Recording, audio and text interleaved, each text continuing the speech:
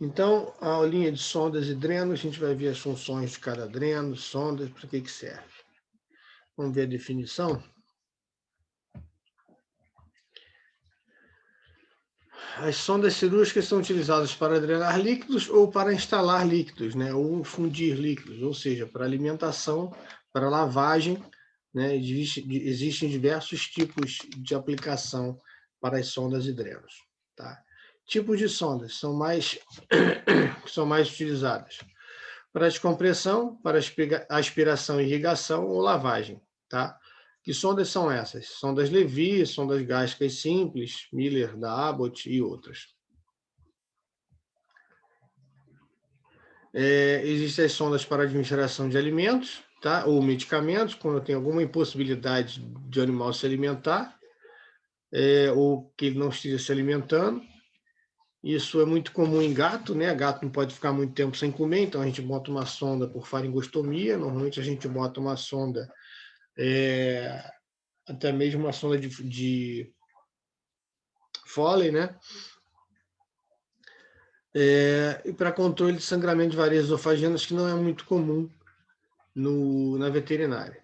Então, as sondas para administração de alimentos, a gente tem aí exemplos, a Levi, a Nutriflex, a Dobhoff.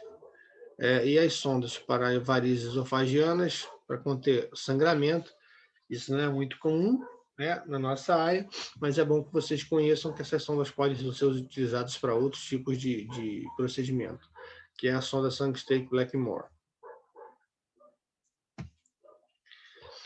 Então, as sondas, elas tem vários acessos para passar uma sonda, né? Uma sonda nasogástrica, é o que mais a gente usa, né? Mas normalmente a gente usa a sonda nasogástrica para fornecer, às vezes, o oxigênio. Por quê? Dependendo do peso do animal, para a gente fazer uma sonda nasogástrica, a sonda às vezes entope, tá? Porque ela é muito fininha para passar no nariz. Então, a gente fica limitado pelo peso do animal, tá? Então, a gente não às vezes você até consegue passar uma sonda fina nasogástrica para alimentação, só que vai entupir, porque às vezes se o animal for muito pequeno, a sonda também é muito fina e aí acaba entupindo. E às vezes serve só para passar líquido, tá?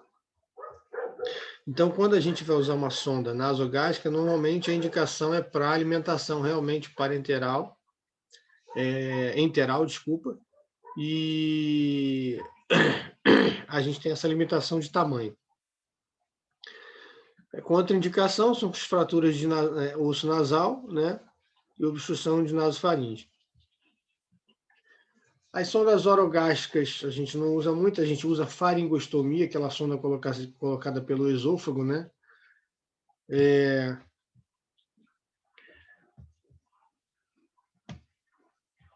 Existem diversos tipos de sondas, só para vocês saberem. Sonda de Levi possui, aí é a diferença de cada uma delas. Não cobro isso não, tá? Mas o ideal é que vocês vejam cada uma delas, porque cada uma delas tem uma função e uma utilidade, tá? A gente vai ver aqui algumas, vou botar nas fotos, fica mais fácil. A sonda de Levi possui uma luz única, tá? Aquela sonda plástico ou de borracha. A melhor sonda que tem são as sondas feitas de silicone, tá? Tem uma aberturazinha na ponta para poder passar, e normalmente essa abertura é na lateral, tá? A sonda gástrica é simples, ela é parecida com a sonda de Levi, tá? Tem duas ou mais saídas, tá? Para poder não entupir. Sonda do Dobhoff, ela tem um pezinho, uma ponta que pesa, tem uma pontinha. A gente vai ver as sondas agora, fica mais fácil para vocês visualizarem. O que a gente precisa para passar uma sonda, né, de alimentação? Né? Normalmente, vamos tirar a orogástrica, só se trabalhar com a nasogástrica, porque a orogástrica a gente não usa. A gente usa faringostomia, né? E aí o tamanho da sonda vai ser de acordo com o nosso paciente, uma seringa de 20 ml para a gente testar, gel de lidocaína, ou até borrifar lidocaína, ou colocar com uma seringa lidocaína na narina, tá? Por quê? Para ela anestesiar a área, senão o animal vai ficar espirrando e vai tentar botar a sonda para fora, tá? Porque é bem incômodo, tá? Estetoscópio para a gente visualizar, para a gente auscultar para ver se está no lugar correto, esparadrapo para fixar, luva de procedimento, gás estéreo, coletor com extensor.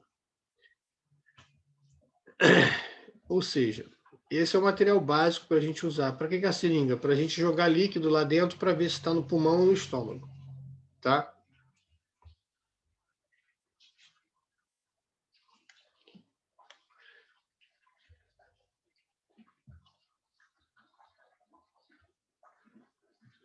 Bom, essa técnica é a técnica de humano. Eu vou botar no desenho para vocês entenderem mais ou menos como é que é. Bom, a gente tem que medir ali até a ponta do externo, né, onde fica o estômago, vai na orelha e ponta do nariz. Essa é a distância que a gente vai colocar a sonda, tá? Então, essa é a forma que vai medir. A gente tem algumas dificuldades, às vezes, para passar a sonda, né, porque a gente precisa fazer algumas manobras. Primeiro, estender o pescoço para a sonda entrar da melhor maneira possível, mais reta possível. E um paciente humano, a gente às vezes pede para ele engolir quando passa ali na orofaringe. E no cachorro não dá. Mas, naturalmente, ele vai deglutir quando a sonda bater ali na orofaringe. Tá? Então, a hora que ele engolir, vocês progridem a sonda para não entrar na traqueia. Tá? Assim que passar a sonda, ausculta, tendo dúvida, joga água, né, soro fisiológico, pela seringa, né, pela ponta da sonda, joga o sorinho ali, e aí ausculta. Né, vai fazer um barulho de líquido no estômago. Né? Se você não achou o barulho de líquido no estômago, é porque deve estar no pulmão, tu vai ter que auscultar o pulmão e esse pulmão vai estar encharcado e você vai ter que, e ele vai ter o reflexo de tosse, né? Porque está jogando líquido dentro da traqueia. E aí tem que aspirar de volta esse conteúdo. Você não vai jogar 20 ml direto não, tá, gente? Senão, se estiver no lugar errado, você vai acabar afogando o paciente. Então, a técnica é um pouquinho diferente, tá? Então, a gente vai... Quando está no estômago, a gente pode... Quando não fez reflexo de tosse, não fez nada, nenhum estímulo que deixe o paciente desconfortável da parte respiratória, a gente coloca mais líquido aí para poder certificar que está no estômago. Bom, tem alguns macetes aí, né? Como a gente está colocando uma sonda para alimentação, isso é muito importante, gente. Eu tenho colegas que tomaram processo por causa disso, tá? Toda vez que colocar uma sonda, a gente tem que fazer, por mais que você tenha feito seu exame clínico, tá? A gente tem que fazer um raio-x para confirmar o posicionamento dessa sonda, tá? Você já não escutou? Sim, auscultou. Porém, o que acontece? Eu tenho que comprovar que isso está lá, né? Porque normalmente esses pacientes que vão ficar sondados, principalmente gato, né? Ele vai para casa. E às vezes a sonda migra, né? Ela vai saindo, e se sair demais, acaba ficando numa região ali que você vai dar comida e pode ir para o pulmão, e isso pode prejudicar. Se o proprietário não perceber isso, ele vai dizer que você colocou e matar o animal, ele vai dizer que foi você que colocou a sonda no lugar errado, tá? Então, eu tenho colegas que já responderam o processo por isso, então tem que ter a confirmação da colocação da sonda com um raio-x, tá? É um documento. E aí, como é que faz a manutenção dessa sonda? A gente está falando de sonda nasogástrica, tá? A manutenção dessa sonda deve ser... A gente vai fazer alimentação, né? Você vai calcular, tem um cálculo de dose de alimentação. Depende do que você está usando também, né? Mas normalmente a gente começa aí com uma solução bem líquida. Depende do estado do animal. e depois a gente começa introduzindo pastoso. E aí você tem que saber o valor calórico dessa substância que você está usando, né? E a necessidade do paciente, tá? Tem vários cálculos para fazer isso. Vocês já tiveram contato com alguma disciplina que passou esses cálculos para vocês, não?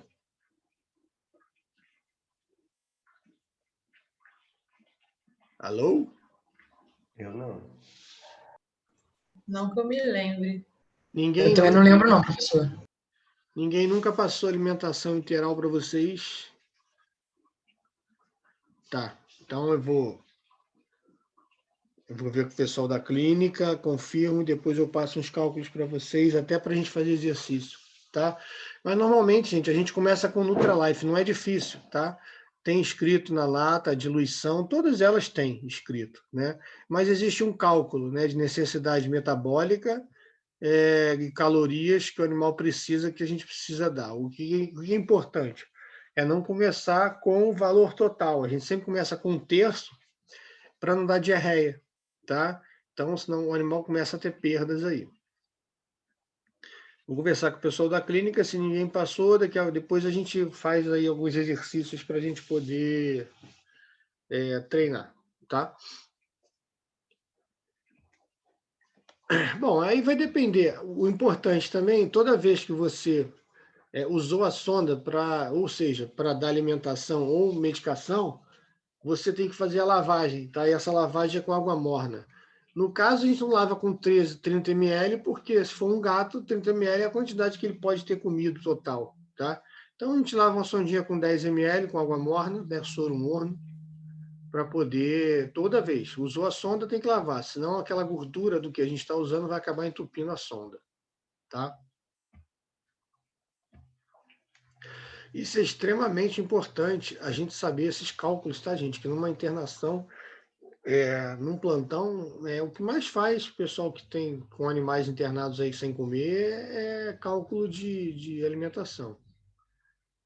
Eu vou passar para vocês depois para a gente fazer. Eu vou fazer um exercício disso depois. Bom, essa sonda é a que eu mais gosto, tá? Que ela tem um pezinho aqui, a Dobhoff, tá? Mas ela é difícil de passar porque ela é mais grossa, né? E aí só dá para passar ela em animais mais pesados, acima de 20 quilos, tá? E ela tem aqui um canal são 2 canais, um canal para o guia, para o fio guia, e outro canal para fazer lavagem. Então, é bem bacana essa sonda, é o que eu mais gosto. Esse pezinho, e fica fácil de visualizar, né? Porque essas sondas são todas elas aparecem no raio-x, tá? Elas têm marcações também, para a gente, além daquela marcação que a gente coloca no externo, orelha e nariz, elas têm uma numeração para a gente saber até onde a gente introduz a sonda, tá? Essa sonda também pode ser utilizada não só para alimentação, para alívio, né? Aqueles animais que tem, aí não é pela boca, pelo nariz, tá? Pode ser pela boca com animal sedado, tá, gente? Animais que tenham aí torção ou impactação, que estão formação de gases em alça, seja por obstrução, seja qual for o motivo, a gente pode passar uma sondinha dessa para dar um alívio para o paciente. Essa sonda aí é só usada, eu nunca vi a gente usar, ou seja, eu nunca vi varize de esôfago, na verdade, tá? Sangramento esofagiano. A não ser casos de tumores, tá? Mas em casos de tumores, você pode, estiver sangrando, você pode colocar uma sonda dessa, inflar, conter o sangramento e a alimentação vai passar por essa parte do meio. Esses laterais aqui para encher os balões, né? E a parte do meio para poder fazer a alimentação aí do paciente, tá?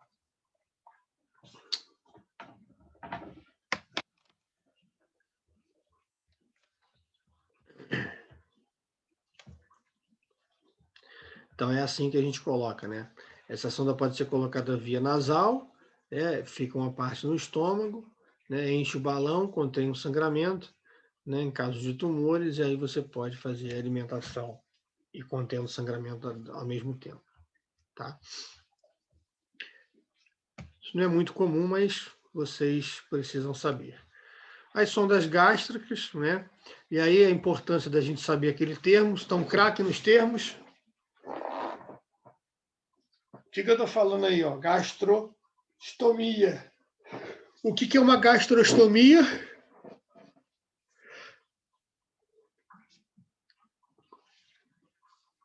Alguém sabe o que é uma gastrostomia?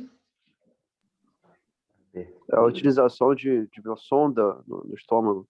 Colocação de uma sonda no estômago, né? Na verdade, é a criação de uma comunicação do estômago com o meio exterior, tá? Estomia, uma boca, né? Uma nova boca. Essa boca pode ser órgão com meio exterior ou através de uma sonda, né? Então, tá vendo? Às vezes cai uma questão assim, se você não souber a nomenclatura, você acaba não conseguindo identificar o que ele está pedindo na questão, porque você não sabe ler a palavra. Então, a jejunostomia, colocação de uma sonda também no jejum, tá? Tudo isso vai se alimentar quando eu tenho uma inviabilidade de via digestiva superior, né? Estômago e oral, tá? A gastrostomia, atualmente, é o melhor tipo de tratamento para megaesôfago, tá? Na verdade, você não está tratando o megaesôfago, você está dando uma condição melhor para esse animal se alimentar. Tá? E a jejunostomia normalmente é colocada a sonda quando tem alguma obstrução, quando tem alguma cirurgia no estômago que você não quer que o conteúdo passe no estômago, tá? E você quer que esse paciente se alimente. Então, você pode colocar no jejum também. Normalmente são usados aí as sondas de Foley, tá? Que ela tem um balãozinho na ponta. Bom, não são raros, tá? E a gente tem que ter um pouquinho de atenção, porque essa semana mesmo eu peguei um paciente que tinha um tumor inoperável em esôfago e estômago, ali no cárdia, né? E cachorro muito magro, perdeu 18 quilos, na verdade. Então o cachorro era bem grande e aí perdeu mais do que a metade da sua massa corpórea porque tinha esse tumor. Podia ter posto uma sonda no jejum, né? Então os colegas têm aí um pouco mais de dificuldade de fazer esse tipo de procedimento, ou por esquecimento ou desconhecimento. Mas isso serve aí também para dar um conforto às vezes para o nosso paciente.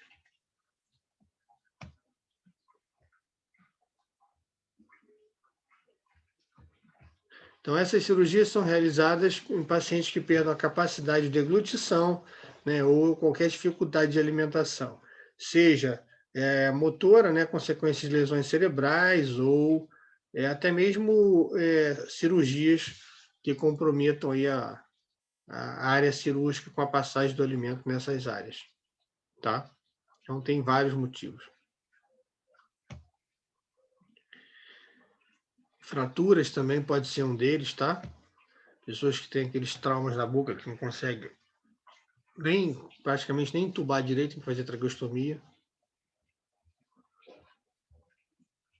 Esse procedimento, quando a gente coloca uma sonda no estômago no jejum, esses procedimentos são para alimentação a longo prazo.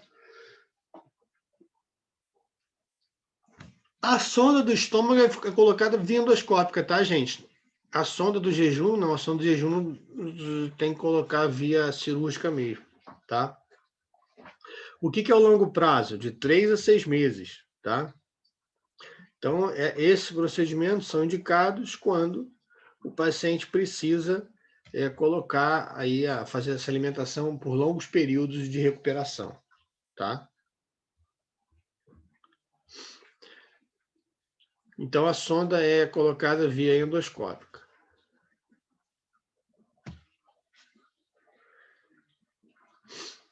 Então, coloca-se pela parede do abdômen. Eu até tinha um videozinho, gente. Eu vou ver se eu procuro e disponibilizo depois para vocês da Débora fazendo. É muito legal. Você passa com o endoscópio, você fura, você bota o endoscópio na parede, você fura com um gel, passa um fio guia, puxa o fio guia, depois puxa um dilatador. É bem bacana o procedimento.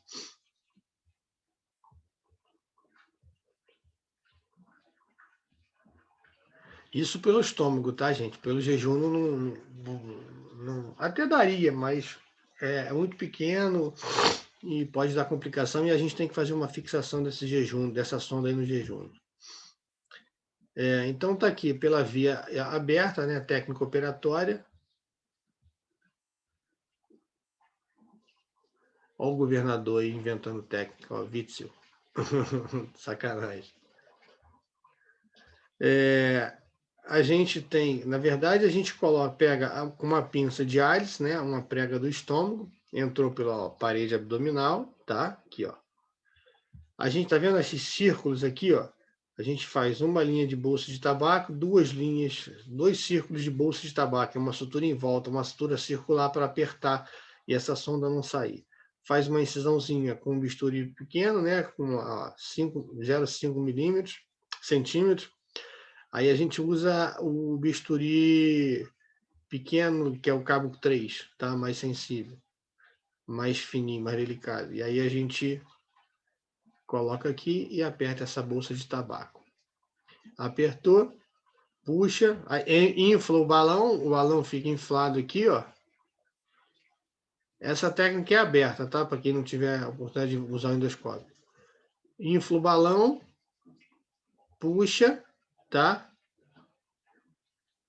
E aí fica colado aqui, bota uma gordura do aumento aqui, fica colado aqui na parede abdominal junto com a gordura do aumento, tá? E para tirar, gente, por incrível que pareça, a gente só puxa, tá? Ninguém abre o paciente para isso aqui começa a cicatrizar, fibrosar, e aí e é por isso que é bom botar uma gordura do aumento e esse paciente fica sem se alimentar aí 24 horas quando for tirar para poder o quê? A mucosa fechar e não vazar conteúdo. Embora sempre vaze um pouquinho. Não vou passar a técnica aqui, a técnica é de gente, tá? Mas a gente coloca normalmente a sonda nessa região aqui, ó, na curvatura,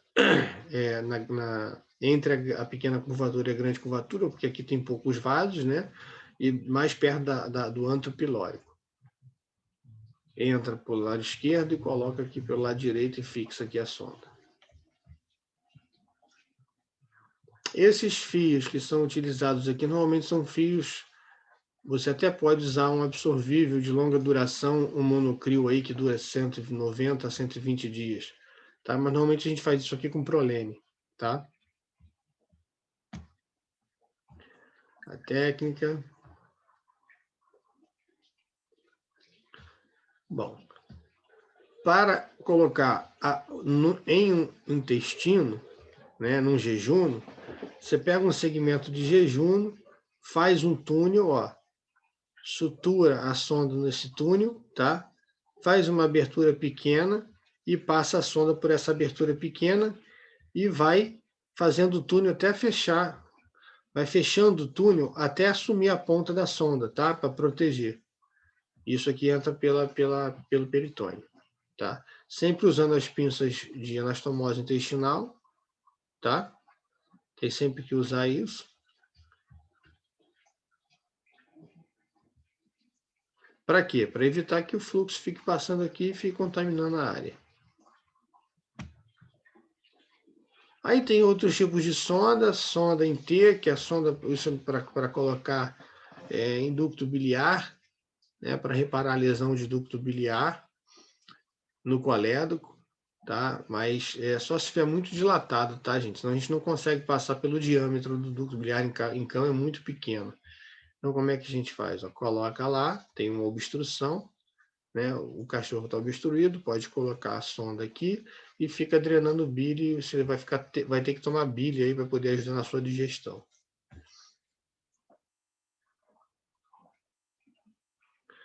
A gente pode fazer também aí, ó, colecistostomia.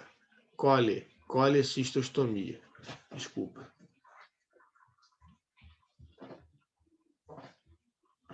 É indicado para um paciente com colecistite aguda, né? Ou com qualquer obstrução. Aí você pode colocar também a sonda na vesícula biliar.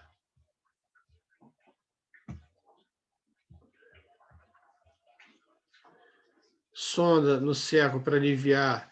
Normalmente isso é para ilho paralítico ou qualquer distúrbio de motilidade aonde a gente não tenha aí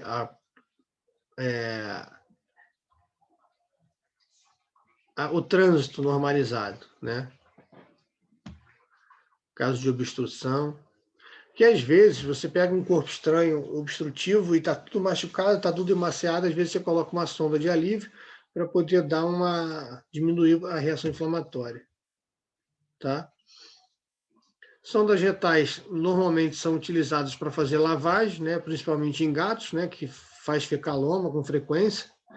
Né? Então, essas sondas retais são utilizadas para quebrar aí, fecaloma. Tá? Normalmente não leva a distensão abdominal, só se você colocar a sonda até o cólon, ou até acima do reto, né, no colo. Mas normalmente a gente usa a sonda para fazer redução de fecaloma. E aí a gente tem que colocar, e aí tem várias técnicas que se usa. Tem clister, tem substâncias, tem nem tudo o gato pode usar. Tá? Então tem diversas substâncias que a gente pode fazer aí esse procedimento. Tem gente que usa até Coca-Cola, e tem gente que usa soro fisiológico aquecido, né, para dissolver aí as bolas de fezes ou de pelo. Isso é feito com o animal sedado, tá? Anestesiado, tá, gente? Você não pode fazer uma lavagem retal com o animal acordado, que isso dói pra cacete. Então, todos esses procedimentos é com o animal anestesiado, tá? Porque você vai introduzir essa sonda, vai jogar líquido, vai estender, vai causar dor, tá? E tem que tomar cuidado para não fazer efeito vagal aí, fazer bradicardia. Então, e você vai manipular ali, vai tentar quebrar com a mão. Então, isso dói, tá? Tem que fazer com o animal dormindo. Sondas torácicas. O dreno torácico é um tubo cheio de furinho, né? Para restabelecer a pressão negativa do tórax ou para reduzir um pneumotórax ou hemotórax, tá? Então, a gente passa um dreno torácico, a gente vai ver aí a técnica quando a gente der aí cirurgias de parede torácica, mas a função do dreno torácico é drenar pneumotórax, hemotórax ou restabelecer a pressão negativa, tá? Toda cirurgia de tórax é obrigatório colocar o dreno torácico. Para quê? Para restabelecer a pressão negativa, né?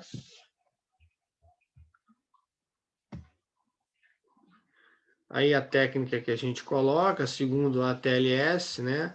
Isso no procedimento de emergência, quarto ou quinto espaço intercostal, tá? Sempre fugindo da borda caudal da costela, porque a borda caudal da costela é onde passa os vasos e nervos, tá? Então a gente tem que botar sempre no meio ou na parte cranial da costela caudal. Bom, eu já tive algumas situações de pneumotórax que a gente precisou passar um dreno, pneumotórax espontâneo. Eu já fui chamado para fazer esse procedimento e estava esperando estabilizar o paciente, estava crítico. Gente, para o anestesista entrar e fazer o procedimento. Isso não precisa de anestesia geral, tá? Você pode fazer um bloqueio local, você bloqueia em cima do osso intercostal, né? Faz um botão anestésico em cima da costela anterior e posterior, né?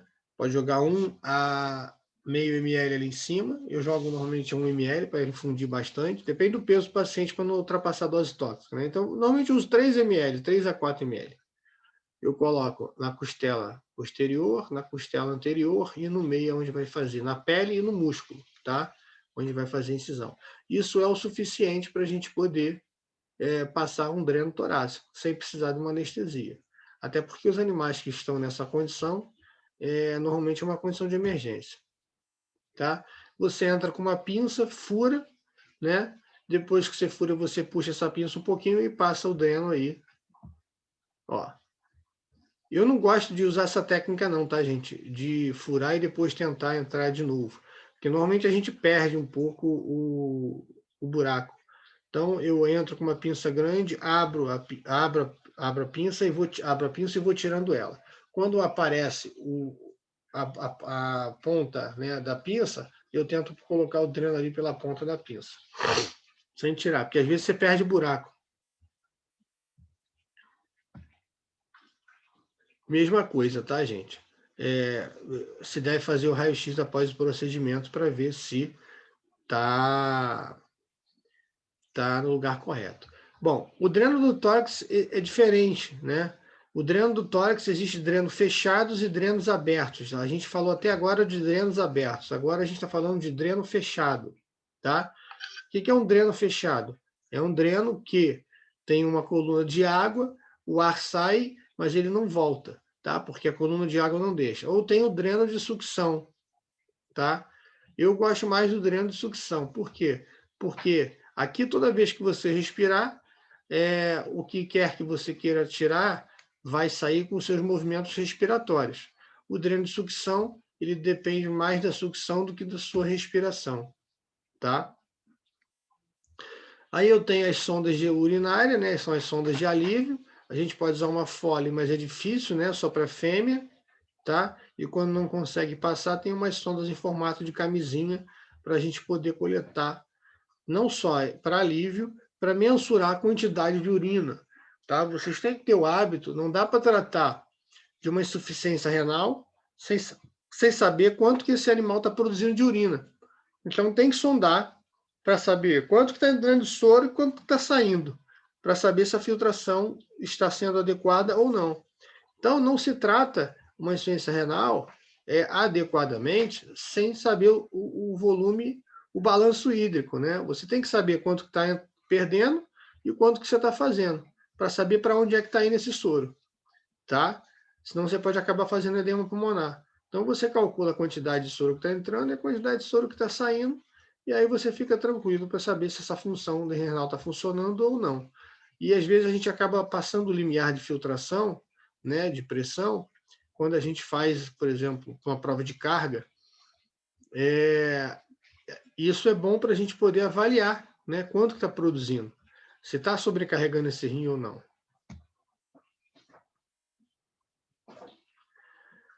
Obtenção da urina séptica, a gente não usa dessa forma, né, através da sonda, a gente faz cistocentese, só as indicações aí da bexiga de coletar a urina para a gente saber. Tem vários tipos de coletoras. Normalmente nas clínicas usam um sorinho mesmo, né, gente? Tem sondas de drenagem pública, né, pélvica, né, direto da bexiga. Quando eu tenho, por exemplo, um animal que tem cálculo uretral macho e está lá no osso peniano, né, você pode fazer uma sondagem aí normalmente a gente faz com gelco, né, gente? Para esvaziar. Faz com gelco para esvaziar até a gente submeter esse paciente a uma cirurgia.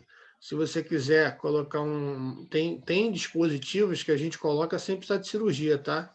É um trocáter que você passa e aí você deixa ali uma sondinha. Quando a gente não tem esse tipo de dispositivo, você pode usar um catéter venoso profundo, tá? Você segura a bexiga ali na parede, no abdômen, passa o catéter do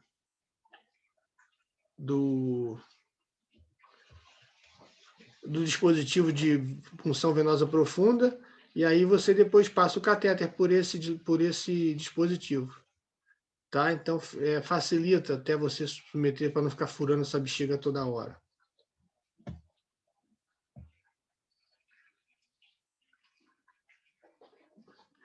Os drenos cirúrgicos são usados aí, né, para a gente... A gente pode botar o dreno de duas formas, tá? Normalmente são usados para diminuir a quantidade de seroma, de secreção. Esses drenos podem ser usados no subcutâneo ou dentro de cavidades, como um animal que submeteu aí uma enterectomia, uma cirurgia hepática que vai sair muita secreção, uma pancreectomia que vai fazer pancreatite. Então serve para a gente lavar a cavidade, uma piometra com peritonite, né? A gente pode deixar um dreno. Esse dreno ele pode ser de alerta ou de tratamento, né? Então, a gente, por exemplo, faz uma cirurgia de fígado, eu vou deixar um dreno para saber se vai sangrar ou não. Então, eu posso deixar ali para poder me dizer como é que vai ficar essa situação. Se vai ter algum tipo de sangramento ou não. Tá? Mas, normalmente, são essas situações que a gente usa os drenos, tá? Para lavar a cavidade, para drenar secreções de processos infecciosos ou dreno de alerta. Pegou?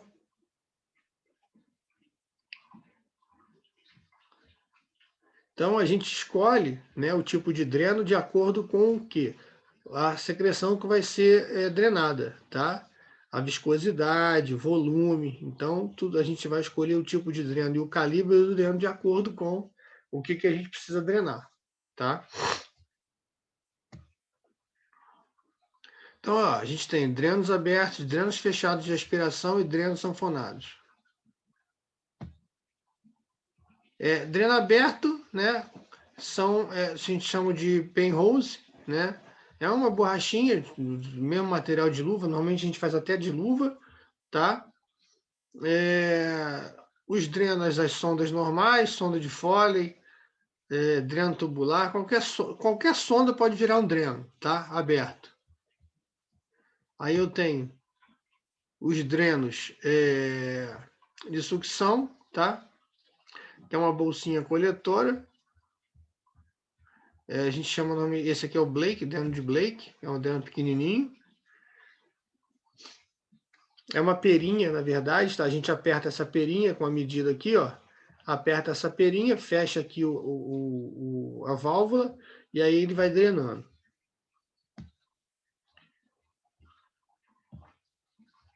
Ué. Não tem. Tá. É o que eu expliquei. As sondas também podem ser múltiplas, né? Ela pode servir de irrigação e aspiração contínua. Então, eu posso lavar a cavidade, né? E drenar a cavidade aí. Então, ela tem duplo lume, tá? Normalmente, a gente usa isso aí para peritonite. Beleza? Tranquilo? 2 aulinhas rapidinhas. Vocês têm dúvidas, perguntas? Como é que vocês estão aí na questão da